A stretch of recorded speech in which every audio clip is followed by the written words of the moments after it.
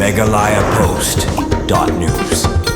Woi Heprit bedang news nam kartam latip kertengkum Krishan bor karmendai belajar nak senong nongra shillong ke praterik bentau benai ke por saw je ye janmien perminta ka stab lalap no ekamet jong na jan koi ke klaw tan nigrims kumbala yo lum jing tip la ongru belalap yo nu Heprit haru surok halaurum nong maupan ke por post teng menta ka stam hadian belalap ekamet nu Heprit ki pulit ber kekenhun na ka forensic department lawan poi mardor sakate ke jaka ban pelong ke jing token ki bor pulit kim patla banitu ekamet jong nu Heprit ha ka bakil am handu banda poi Kiba Haïing pada hadian belawan poi Kiba Haïing la pentinai kemet jong tui Heprit da Kiba Haïing kuman pen kenmau nu Heprit ulaja na layeng ke por saw je e janmien ke nyau tarik risau arjar pausan hak bala penlong ya ke jingi wat pai ba ni Kiba Haïing bat bor senong hak bakem semlalap satya anre deitat haduk menta ke sengi lalap no ya kemet bala Khlad jong tui Heprit haru surok na jan kwe klau lum rum nong maupan hadian balap ya kemet na kaliang ki pulit kila sedang ben penlong ya jing tokit ke babnya bantip tenrai ya ke dau jong ke jingi nu Heprit berhak ni ke sengi lawan poi senan dau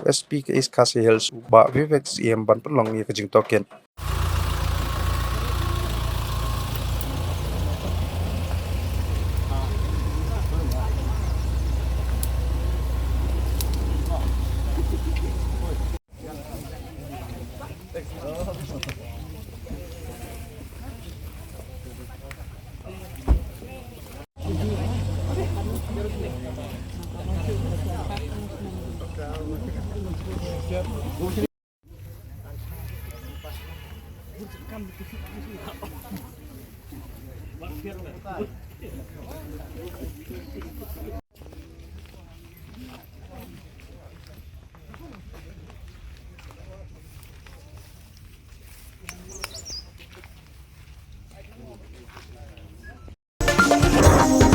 MeghalayaPost.news.